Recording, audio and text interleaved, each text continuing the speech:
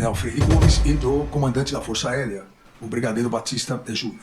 Nos depoimentos, seja na etapa policial, seja agora em juízo, e eu vou começar pelo comandante Freire Gomes, perguntado inicialmente pelo Ministério Público, ele, assim como o senhor, disse, abre aspas, que o presidente apresentou considerandos, esse apanhado de considerandos, sobre, segundo ele, aspectos jurídicos dentro da Constituição, por isso não causou nenhuma espécie.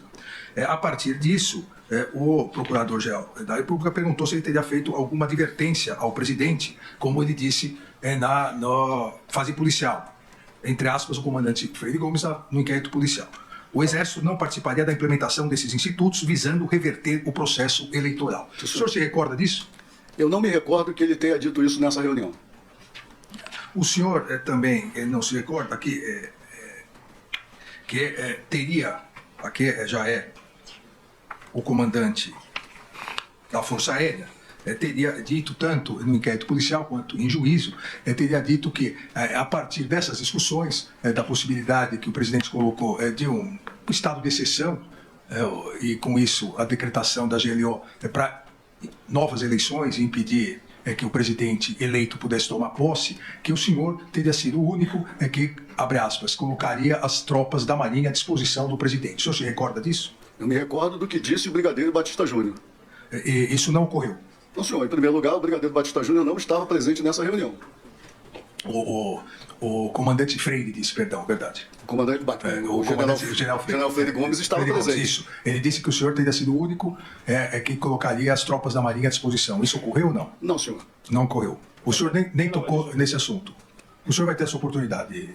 O senhor não tocou nesse assunto. Senhor ministro, como ele disse há pouco, não houve deliberações, nem o presidente não abriu a palavra para nós.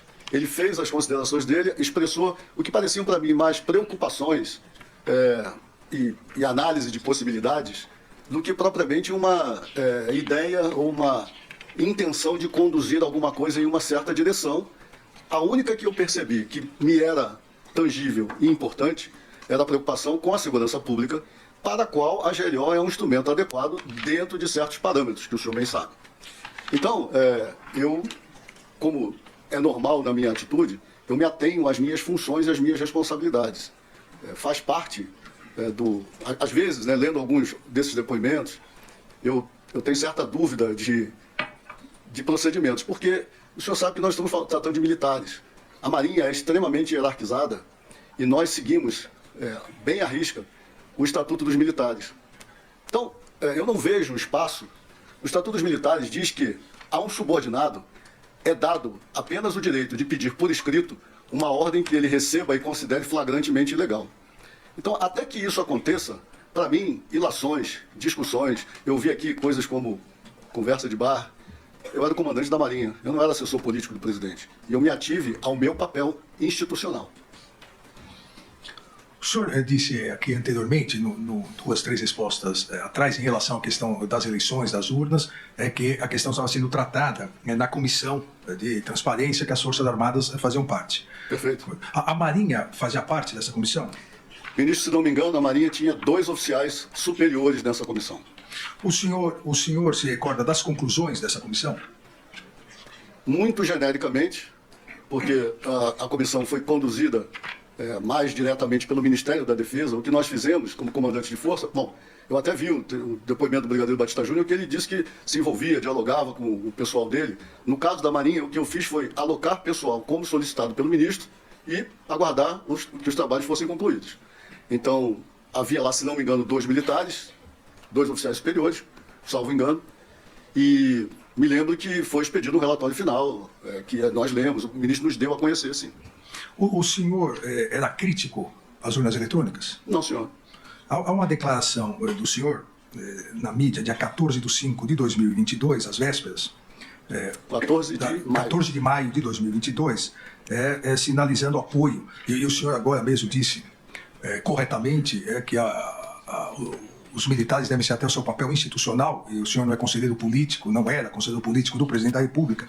O senhor deu uma declaração sinalizando apoio as falas do presidente, então presidente Jair Bolsonaro, sobre a auditoria nas urnas eletrônicas, dizendo, abre aspas, como comandante da Marinha, eu quero que os brasileiros tenham certeza de que o voto deles vai valer, de que quem eles colocarem na urna vai ser contado e que eles escolheram de uma forma limpa e transparente. O presidente da República é meu chefe, é o meu comandante, ele tem o direito de dizer o que ele quiser. Isso durante a inauguração da estátua Almirante Tamandaré. O senhor se recorda disso? Perfeitamente, ministro. Essa é a posição institucional do comandante da Marinha? Senhor, mas eu disse mais do que isso. Talvez o senhor tenha a reportagem completa. Por favor. Na verdade, não me foi perguntado se eu concordava ou não com o presidente Bolsonaro. O que eu disse é que o presidente, assim como qualquer outro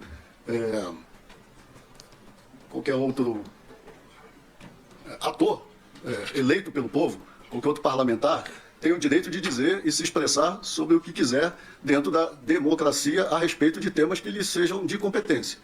O que eu defendi aí, que como o senhor leu inicialmente, é que quanto mais transparentes os processos, maiores serão as garantias de que nós teremos transições pacíficas, desestimulando a necessidade de uma, por exemplo, intervenção de GLO para conter distúrbios e coisas semelhantes. Então essa é uma preocupação legítima de um comandante de força. Mas a minha defesa é que, bom, além de oficial da Marinha, eu fui gerente de projetos, desenvolvi o sistema de apoio à decisão que a esquadra usa para controlar áreas marítimas, o jogo de guerra da Escola de Guerra Naval. Eu tenho conhecimento de tecnologia, da informação e outras ferramentas. E é de meu conhecimento que quanto mais, e isso eu disse na entrevista, quanto mais auditorias, quanto mais verificações nós fizermos nos sistemas digitais, sejam eles quais forem, nós teremos uma maior certeza de que esse sistema faz tão e apenas somente aquilo para o qual ele foi desenhado, digamos assim. Então essa é a tônica da entrevista que eu dei, porque me perguntaram o que eu achava disso ou daquilo. Então eu não fui dizer que eu concordava com o que o presidente Bolsonaro disse. Eu disse que, como qualquer outro, poderia dizer o que quisesse. E muitas pessoas diziam muitas coisas. O senhor sabe disso. Sim. Então, a minha defesa era que quanto mais auditoria, quanto mais verificações, melhores seriam os resultados para todos os brasileiros, que eu tenho certeza que, inclusive, é o desejo do Tribunal Superior Eleitoral. O senhor disse, agora que o senhor é especialista em tecnologia. Fui um dia. Foi uma vez especialista, como se diz nas Forças Armadas, eterno comandante. O senhor acompanhou a comissão. As Forças Armadas encontraram alguma fraude, algum problema nas urnas eletrônicas? Não que tenha chegado ao meu conhecimento. O senhor se recorda do relatório final que foi apresentado pelo ministro da Defesa, o aqui presente, o general Paulo Sérgio? Eu me lembro, no geral, do relatório. Sim, lembro, houve o relatório, o ministro nos deu a conhecer, nós conhecemos, lemos, achamos conforme. O senhor tem conhecimento que logo após o primeiro turno das eleições, o Ministério da Defesa entrou em contato com... O senhor tem conhecimento que logo após o primeiro turno o relatório já ficou pronto? Tem conhecimento, senhor ministro, eu tenho conhecimento de que houve diligências, houve testes, enfim, e que conclusões desses testes já tinham sido ou vinham sendo apresentadas ao ministro. Contudo, entre o primeiro turno e o segundo turno, mais, não sei se novas ou mais, porque eu não acompanhei isso tão de perto, o sistema seria novamente utilizado.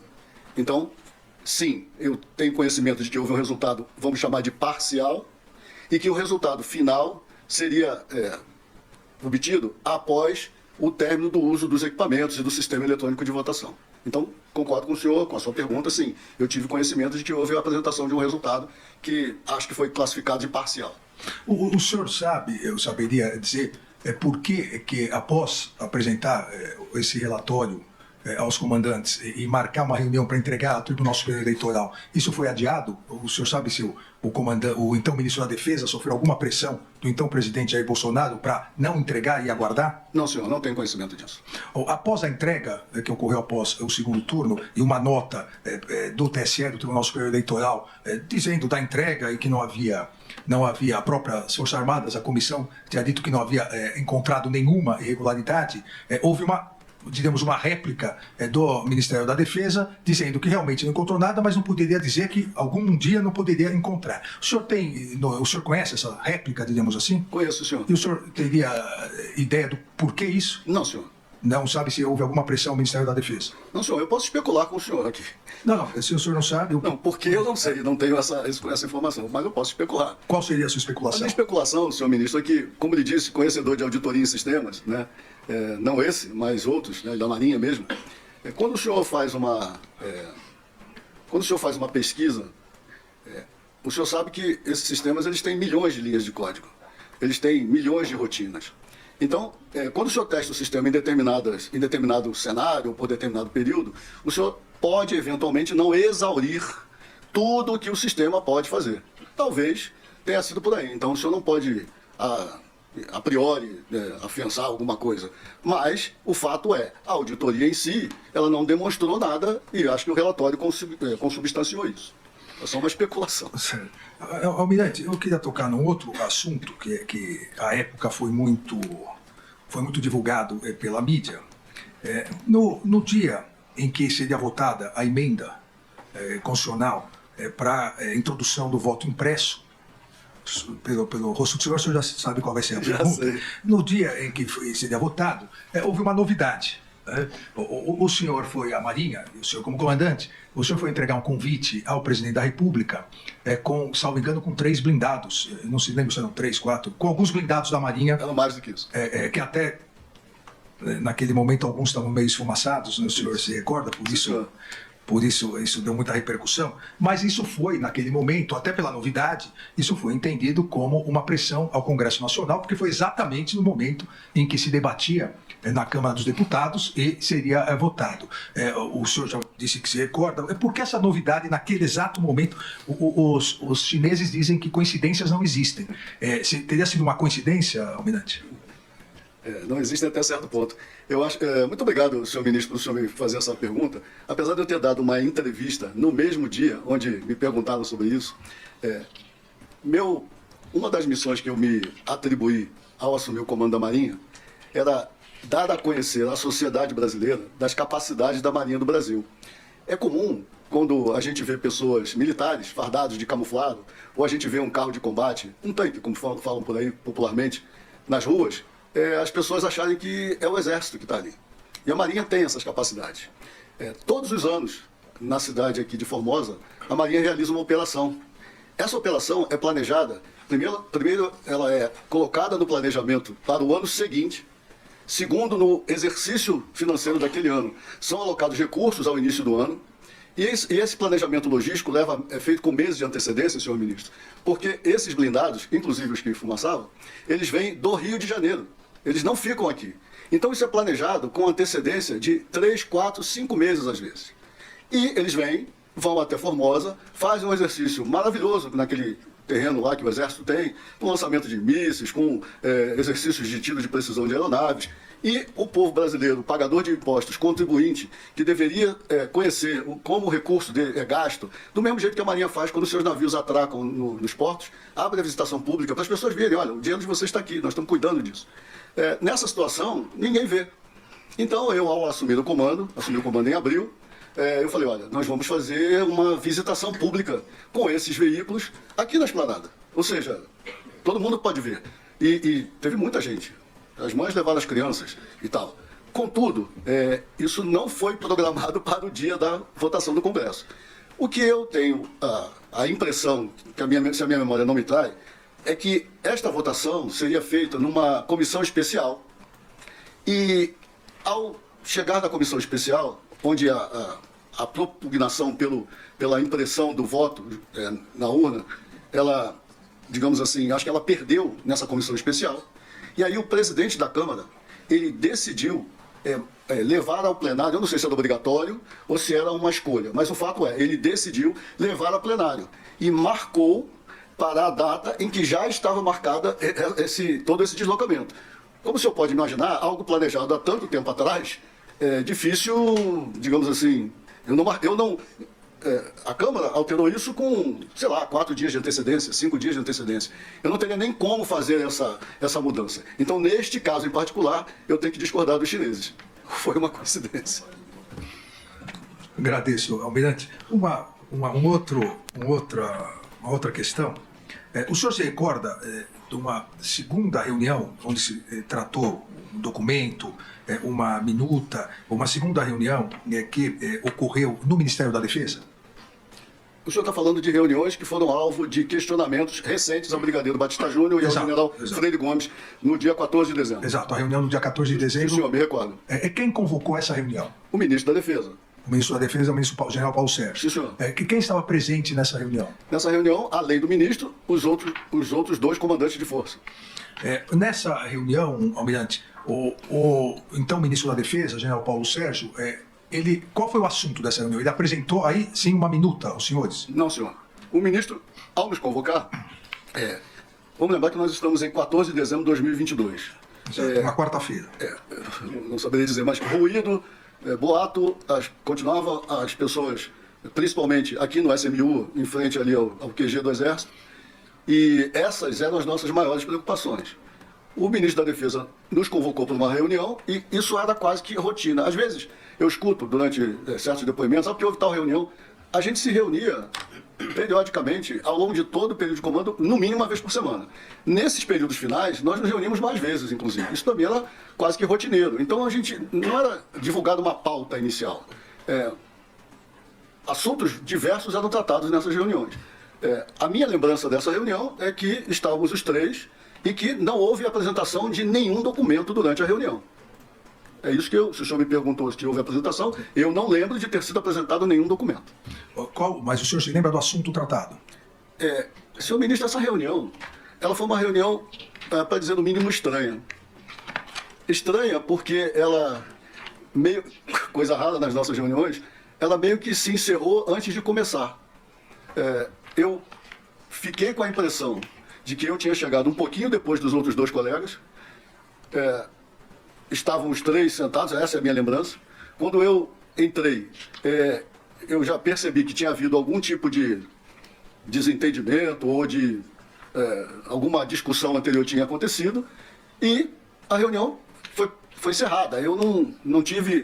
O ministro não abriu nenhuma pauta adicional, parecia estar chateado com o desenrolar da conversa e a reunião foi encerrada. Ou seja, eu não tive nem participação ativa nenhuma nessa reunião, porque eu não vi assunto, digamos assim.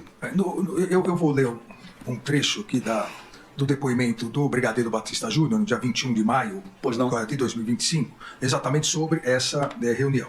Então, entre aspas, o Brigadeiro Batista Júnior. Quando eu entrei, eu fui o último a chegar na reunião. O almirante Garnier estava de costas para mim, o general Paulo Sérgio de lado e o Freire Gomes de frente. Eu entrei e sentei ao lado do Garnier. Imediatamente a reunião começou e o general Paulo Sérgio disse o seguinte: trouxe aqui um documento para vocês verem. E eu confesso ao senhor que não me lembro se ele falou que é no estado de defesa ou no estado de sítio. Eu, raramente, porque eu achava que não existiam os pressupostos básicos e todo esse processo sequer para o estado de defesa. Então, estado de sítio era uma coisa que eu não imaginava que fosse aparecer essa expressão.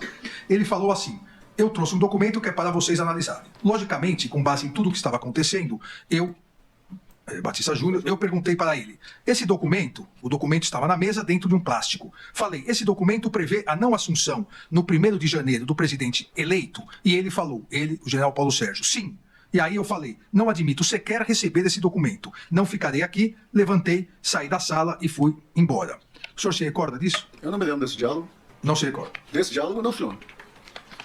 O senhor se lembra de algum diálogo? Eu me lembro que as pessoas estavam com aquela cara de que comemos e não gostamos. Alguma coisa já tinha acontecido, mas eu não me lembro. Eu não vi documento, não foi apresentado documento, eu não vi o general, não vi o Brigadeiro Batista Júnior dizer isso. Acho até que isso não se coaduna com a atitude de um comandante de força, se o senhor me permite. Não é um comandante, não diz ao ministro da Defesa palavras dessa natureza. Como eu lhe falei, até que alguma ordem seja dada, e essa ordem seja flagrantemente legal, os estatutos militares não facultam ao militar ficar inventando, tendo ilações ou criticando coisas que estão na cabeça de outro. Principalmente se esse outro for o seu chefe. Nessa reunião, o Brigadeiro Batista Júnior foi o primeiro a se levantar e sair? Isso o senhor se recorda? Isso eu me lembro. Eu me lembro que ele saiu antes de mim, pelo menos. Isso eu me lembro. Ele saiu.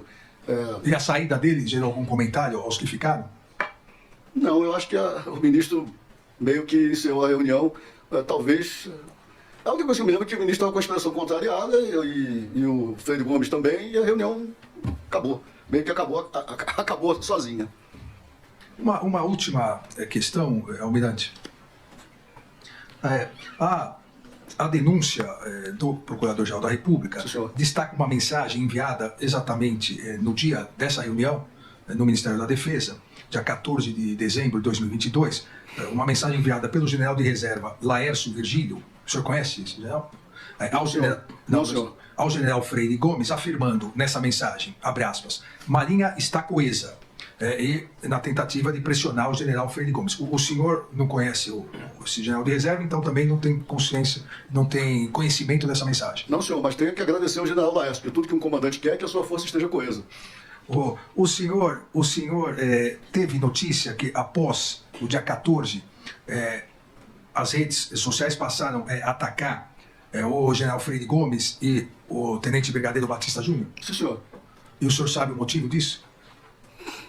Redes sociais, senhor ministro. Acho que o senhor é alguém que mais lida com essa questão. Mas eu nunca fui atacado por elas. Nem eu.